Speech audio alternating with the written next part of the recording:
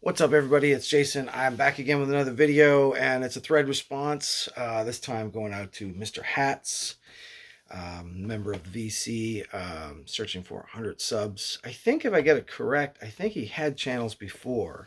Very friendly guy from down under, and he relaunched his channel, I think, a couple times, and so he's on the path again to get some more subs.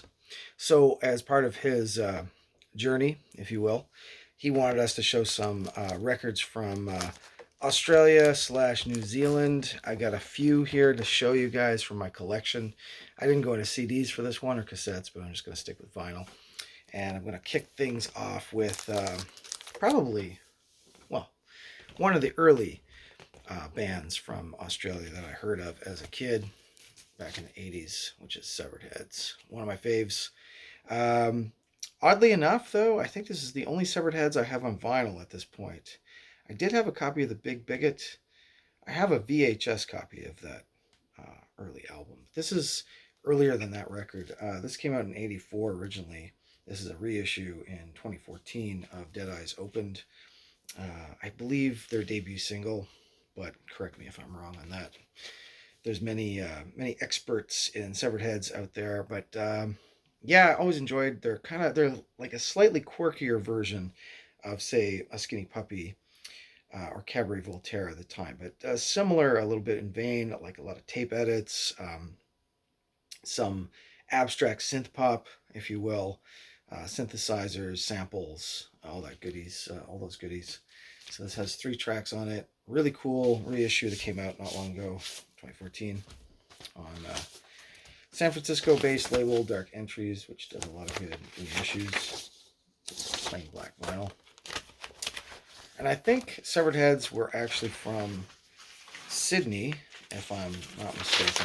This is kind of cool. I got a whole newspaper poster in here as well. Like I said, Dark Entries does their reissues proper with some really cool goodies, OG goodies, etc. Probably came with the original packaging. So Severed Heads is one of my Australian picks. Now next up, I'm gonna go death metal for a couple of these. We got a couple of really heavy picks here. This is Altars.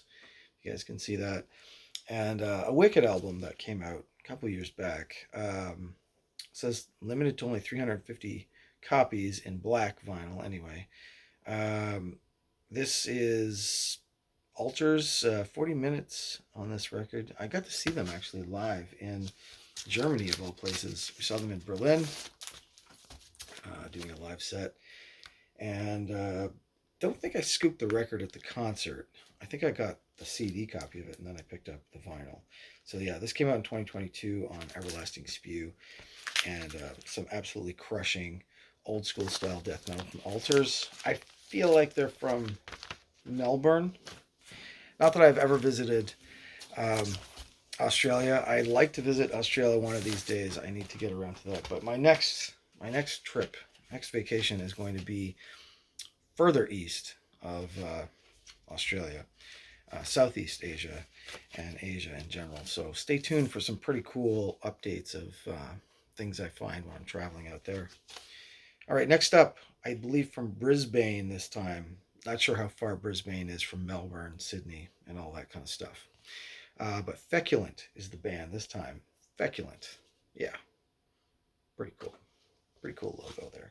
This is the Grotesque Arena. I picked this up for a measly $6. Used copy. Couldn't pass that up. It's on Brilliant Emperor Records. This one's a little bit more groovy, I find, in terms of death metal. Some sick stuff though again. So yeah. Got an insert here of lyrics and vinyl. Vinyl plays on 45, which I guess made note of that. Just in case I need to rectify that quickly. Although sometimes it's fun to play records on the wrong speed. Sometimes they sound even better. And then a couple more to go here. Definitely another group that I've discovered long ago when I was younger. Nick Cave's old band, The Birthday Party. And this is the only vinyl I have of The Birthday Party. It's actually a illegitimate bootleg concert tracks, I think, some live tracks. Anyway, it's a bit of a compilation called Funhouse. It's got a picture of, I think that's Lydia Lunch on the cover. It's featuring Lydia Lunch anyway. And I love it because it's got my favorite track by The Birthday Party, which is Release the Bats. But it also has Funhouse with Lydia Lunch on here as well. That's definitely Lydia Lunch there, yeah. And yeah, what can you say? Avant-garde, early post-punk from, it went from 78 to 83. I believe Blixa Belgeld from singer of Einstein Neubauten was also a member of Birthday Party as well for a while. I'm not sure if they were located in Australia still when that was going on, but I think they moved around. But yeah, early Nick Cave here with The Birthday Party. Great post-punk stuff. A bit of a raw, unofficial release there. That one came out in 2006, that reissue, but it is originally a live concert from 82. And of course, last but not least, we got to mention the men at work. The men down under here. I got both Cargo and Business as Usual. Who can it be now? You know, and I come from a land down under. What was the hit on Cargo? I'm sure there was a good one on here. Doesn't jump out at me, but yeah. Some Men at Work in the collection, of course. And last thing I'll show is this really cool compilation of New Zealand punk from way down under. This was a double record set that I got not long ago, sometime during the pandemic. Really cool compilation called AK-79. I guess they're all from that year-ish. A variety of bands, bunch of songs by each band, so more than one song by each band. Suburban Reptiles, Proud Scum, Toy Love, Suburban Reptiles again. Scavengers is on here. The Tearaways. I think that's about it. Spelling Mistakes, Marching Girls. There's a bunch.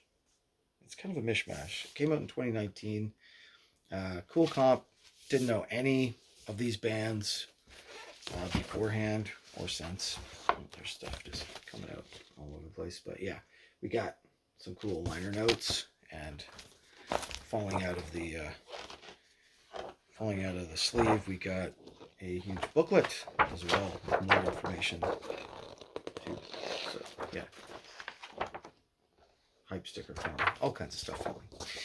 That is my thread response, if you will, of cool records in my collection by bands down under. Of course, I could have showed AC/DC, but most people have already covered that ground.